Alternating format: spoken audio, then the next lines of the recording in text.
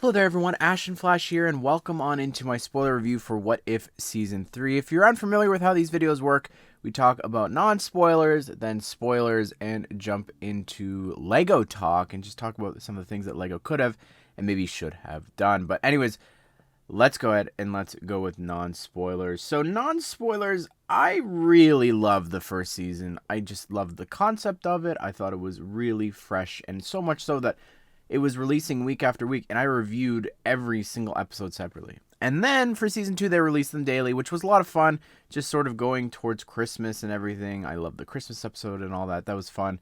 And then this one, they released back to back to back again, and I just wasn't really feeling it. I don't know what it is. I wasn't really impressed by season 3 as I was the other seasons. I feel like the cohesiveness of season 1 and 2 was a lot better.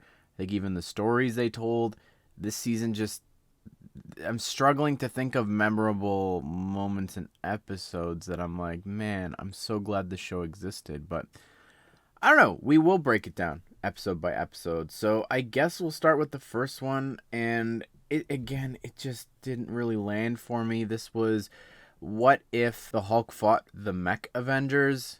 Okay, it was fine. I don't know, it just wasn't too interesting. I didn't really understand this universe so Bruce and Falcon, they become friends, and then instead of Steve, but then somehow when Steve dies, Sam still becomes the new Captain America. There's a lot there that just, I'm trying not to pick it apart, but also a lot of this season was connected to recent movies and shows, which is interesting. I just don't think that there was really a balance. I think the series as a whole should have struck a better balance between, okay, let's have some older movies and stories being told, and then we'll also do some current stuff. So I don't really know what happened there. It also felt really short and rushed if you compare it, just in terms of the amount of episodes. It's literally one episode less for some reason, so I don't know what's up with that. When we were originally supposed to be getting 10, by the way, because the one episode wound up getting delayed until season 2. But anyways, I'm rambling not so much about this specific episode, but yeah, we'll move on to the next one. What if Agatha went to Hollywood?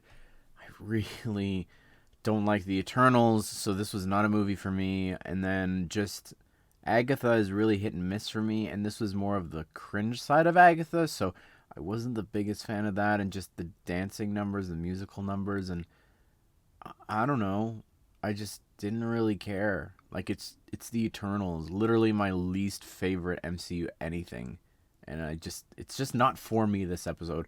Howard and Jarvis was fun, but beyond that, it's just okay.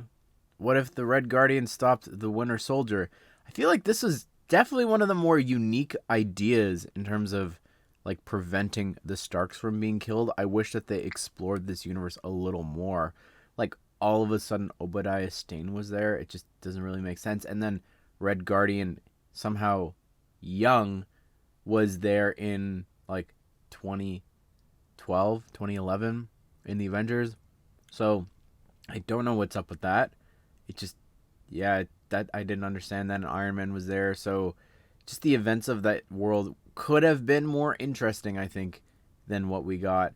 Goliath was definitely interesting. So, that means then that Goliath and America Ferrera's character were investigating the Stark deaths.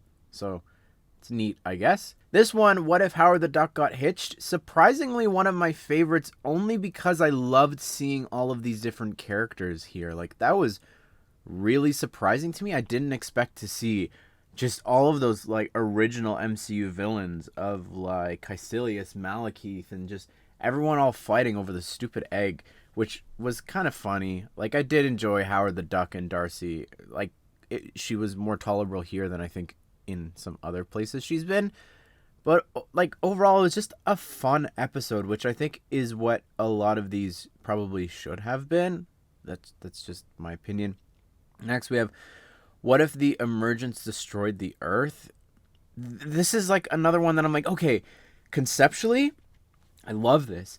I love the idea of Mysterio taking over. I think that's really interesting, and getting to see, I guess, as well, in a way, just what he would have done with all the Stark tech. Like, that's so interesting, and I wish they leaned more into the Spider-Man side of things, like what happened to Spider-Man. And yeah, I love that. I really like that he even, because if it takes place after Endgame, then yeah, I guess WandaVision would have happened and there would have been a White Vision out there. So just like conceptually, story wise, and world building wise, like that was so cool to me. But then in terms of like the rebellion, these are the people that are still alive. Are you kidding me? It just felt, I don't want to say lazy, but just so boring to me. These are the survivors. I just didn't care. Like I just, and also with Riri, like maybe if Ironheart had already been out, I'd care more, but I wasn't too impressed with her in Wakanda Forever, so I wasn't too impressed here. And it's just, I don't know, it just wasn't for me like the rest of it. I think the Mysterio voice actor was phenomenal. It did sound a lot like Jake Gyllenhaal, but yeah, I just wasn't feeling this episode. Besides the concept, I didn't like the survivors. I didn't like that she was so upset and was crying over her, quote, friends dying that she met 2 days before. Like, she would be so hardened and just not feeling emotions at this point. Like, also, how was the Earth still? Anyways, I don't even want to get into the actual science of like how are they still like breathing and etc. etc. It's something. Also, what's the big deal then if the emergence happens, since like there's still life on Earth? But moving on, what if 1872? This was fun. I think that this is probably one of my favorites as well, just because of like the time period was kind of fun. I really like seeing Walter Goggins' character back here from Ant-Man and the Wasp. Like, that was a really fun surprise. I did not see that coming. And he's just a lot of fun. And I thought that his character was interesting, how it tied into Kate Bishop. And she was great here. Obviously, a really good voice actress. But then, you know what? Simu Liu did a phenomenal job. Like I was really impressed by his voice acting. I thought that was great. I also loved just the Iron Fist bit. And then here, I guess the Watcher already broke his oath the previous episode. So that was interesting that he sort of saved the kid. But yeah, and the Hood as well. Like, that's really interesting too. Like, sort of a lot of like setup for upcoming stuff at the same time as like, hey, remember this? This is some recent movies and different things.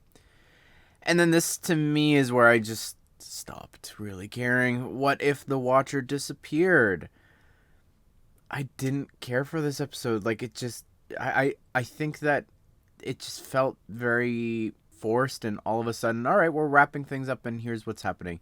I did really like the intro. I thought that was really great with Jason Isaacs. I thought that was really just such a powerful intro and different than like all of the other episodes that we've ever had. But yeah, I mean, Storm was really cool. I loved seeing that. I just wish the team was maybe a little bit bigger. It didn't make sense to me that it took more people and maybe more powerful people to defeat Infinity Ultron. But then these people beat Infinity Ultron, jumping ahead to the next episode, I guess. And then they overpowered him, defeated him, but then they lost to 4 people who just said a couple words and became Watchers themselves. Like, it's just, I don't know. And I don't really get how this is, it's the end of What If. Like, this is that you'll know in the end. I'm going to merge these, I guess. What if?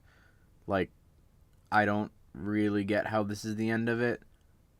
I loved that final intro. I thought that was really cool. How I went back and watched it this morning. I was like, did I miss the intro? Because I wanted to see if Jason Isaacs said the thing again, but then they had that really special one towards the end of the episode. I was like, oh, that's really cool. I loved seeing all of those different variants and stuff.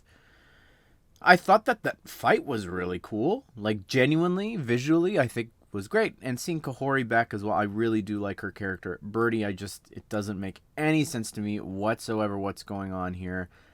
She's calling her parents who are young, but herself. The actress is in her 40s, but Darcy is in her late 30s.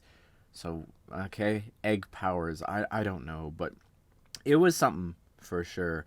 But yeah, overall, like, I love this show conceptually. I really cannot wait to see the zombies show. Like, I really am excited. That was one of my favorite episodes, and it feels like a shadow of what it was. And maybe it's because it's a lot of like phase 4 and 5 based, and just a lot of that isn't landing for myself, and I know a lot of other people. But I don't think this was it. I don't get how this is the end. I really do want more, but I'm a little disappointed. Anyways, Lego talk. Obviously, and I don't get how we don't have a set of this, but as much as I wasn't the biggest fan of that episode, the Mech would be really cool to get. Like getting Moon Knight, Shang-Chi, Red Guardian, and Captain America, Monica Rambeau, and then I guess the Alpha Hulk or whatever it was, would be really cool. But besides that, like, a lot of these just sort of belong to like minifigure series. I'm trying to think of other things. The only other thing is maybe the ship from the final 2 episodes. Like, I wouldn't mind a display model of that, but beyond that, I don't really particularly care too much about any of these. And I'm like, I need this figure. I need Cowboy Shang-Chi. Like, I'm fine. I really do want Howard the Duck, but besides that, I'm like, not too overly like, I need this. Besides Kahori, I do really want her from season 2 as well. Like, her episode was really great, and I did enjoy her here. And Storm in a minifigure series would be cool. If that was the figure we got in series 2, would have been so much cooler.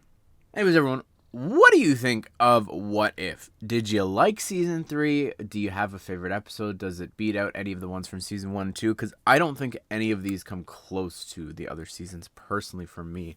But be sure to subscribe, turn the bell notifications so you don't miss out on future MCU spoiler reviews just like this one. I hope you guys did enjoy the video. Hope you all have a great day. I will see you all in the next one.